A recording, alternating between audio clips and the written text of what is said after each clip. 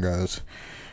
Let's talk about nationals and the chaos behind it because a lot of us were up here, and I don't know about you guys, but I'm like down here. Like, I'm just ready to go kick it with the boys. I kind of don't even care about like Dragon Ball in itself as the tournament has been coming closer, and we've been getting more and more information, and it's been more and more bleh.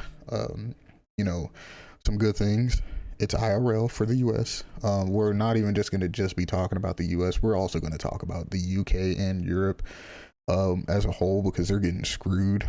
Their event is online, if I'm not mistaken, and their structure is just, oh my goodness.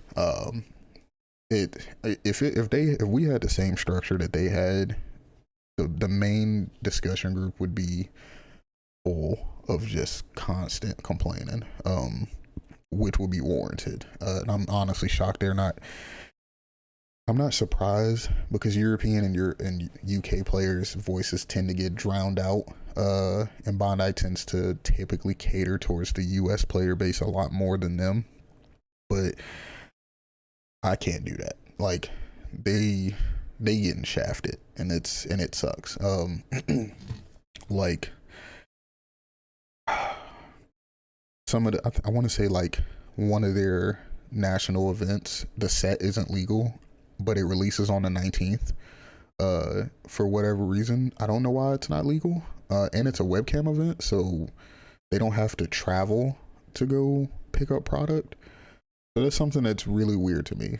Like they have a webcam event where they don't have to travel and struggle essentially to pick up product, but it's not legal.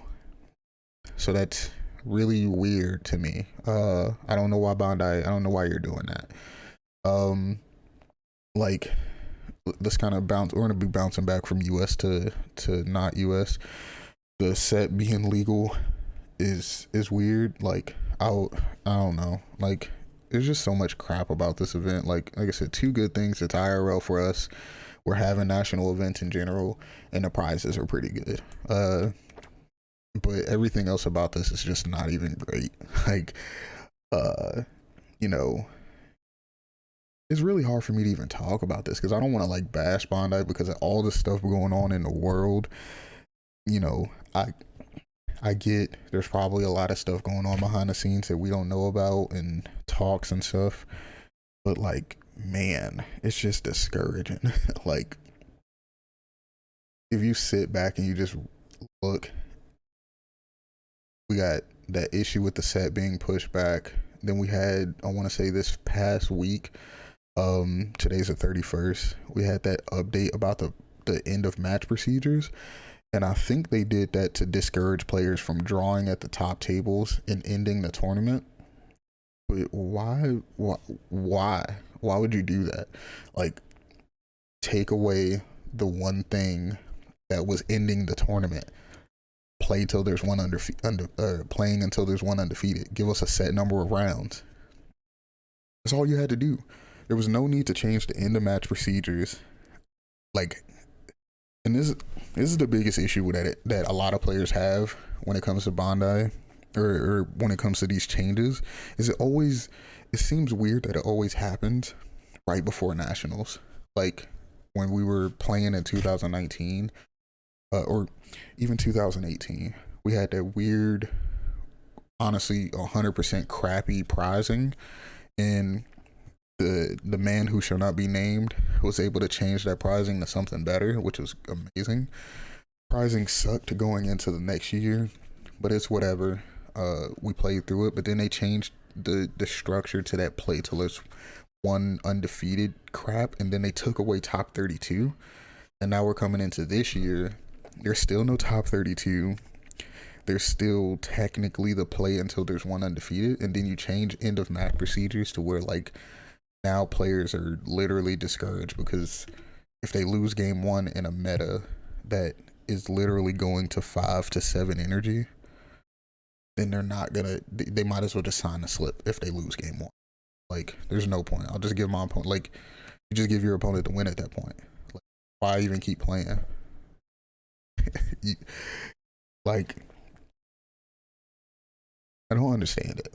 Uh, it's just constant weird change after weird setup, and then you look at the UK and the Europe side, and their their event structure is so weird. Like there's the Asmodee. I'd have to pull it up so you guys can see. Um, I'm gonna pull it up so you guys can see. Um, so this one, yeah.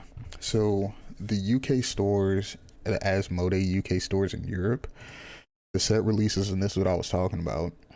November 19th is when the pre-release and the release happens. Their event is webcam, so they don't have to actually travel anywhere. The set is not legal for the 20th. But our release date, granted, yeah, we have a pre-release date on the 12th. Our release date is the 19th, and it's legal. I don't get it. And we have to actually travel. Some stores legit don't get pre-releases. Like, so this and them taking away the purchase limit and all that other crap, people weren't following that purchase limit stuff anyway. So let's be real.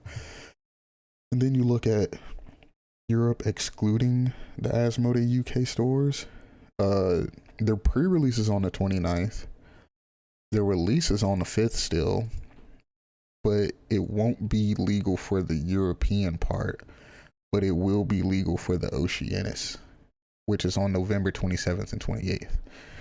What sense is this making? I'm not Latin America. I'm just sorry. I didn't even know that y'all release date was gonna be in December. So I can't even talk about y'all. I haven't even heard anything about y'all event. Like, so I don't like, and to make matters even worse for my UK and European people, I mean, you guys at least had last chance qualifiers. One was yesterday. Today is the 31st for me. One was yesterday, and you have another one next week. I'm glad you guys got last chance qualifiers. But look at this. This is their format structure. Like, the pricing is basically the same. That doesn't matter. But their format structure, and there's no actual definition for this. It's literally just what it is. So I have to take it at face value. Their Swiss rounds are best of 1. And Top Cut is best of 390 minutes. Dog. So you telling me they have, and there's no explanation behind this. So right now, I'm taking it at face value that if I was a European or UK player, I would have to build a deck with a sideboard. But my main deck has to have all of my good cards for best of 1 and a side deck to go into Top Cut.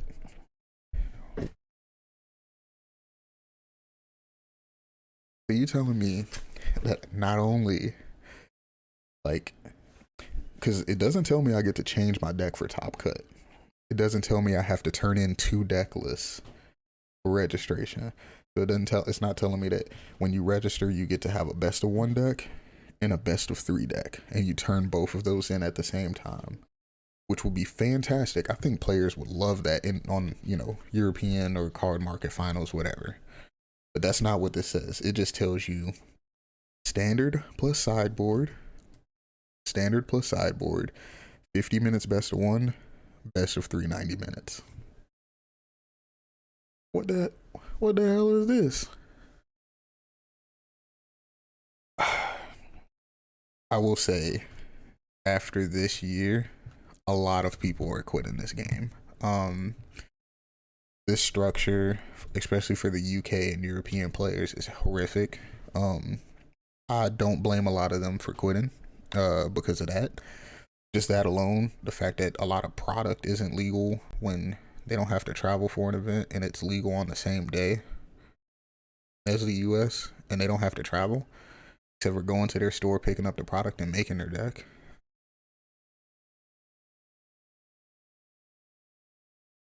And then, like I said, the change in the end of match procedures to basically where if you lose game 1, you essentially lose the match. In the way our format is structured, like you're basically saying, telling players, play an aggro deck to where you can either win or lose fast, or play a control deck and win game 1, or else you lose the match. That's basically what you're telling players. I'm gonna just be real with you. and that sucks. A lot of players are getting tired of the random floppy flip flopping mess that always tends to happen for whatever reason before nationals and before major tournaments, start. Um, it just sucks, man. So essentially, I'm gonna just end this video off here. Bondi, I know that you're gonna make the set legal for I know you're gonna make the set legal for nationals. That's whatever. I've accepted it. Most everybody's accepted it at this point. But at least look out for the only things that I would say at this point you guys can change that won't harm the tournament is for the US players. Make it top 32, please. Like if we're playing Top Cut on Sunday, make it top 32. You don't have to change the prize structure and give more top 32 players medal cards or nothing, but let them play it out. Like that's what most players, if not all of them, want. Top 32. Take away that end of match procedure. Like, it's even too late to change that. Take away that crap about the one undefeated thing, because players can still end up making draws. Just play out game one, play out game two. Oh, neither one of us won game three. And they can just lie and say, yeah, it was a draw. We counted out our decks and all this other. Like, it's so whack. Give us a set number of rounds.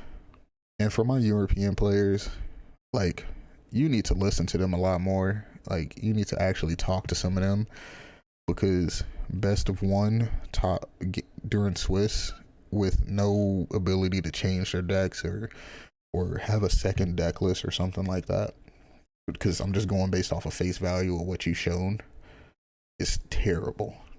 Like, let them have a best of one and a best of three deck for Top Cut if they make it. So make them turn in 2 deck lists. That's all you got to do. And then make them have the set legal.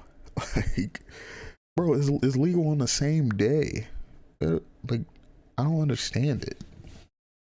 I don't know. That's really it. This is just me talking, showing you stuff, backing in and out of the video. Like,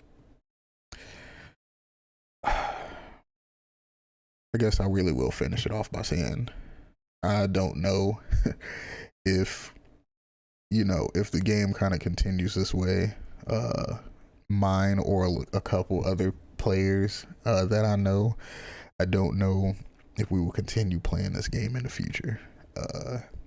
And that's just being straight up.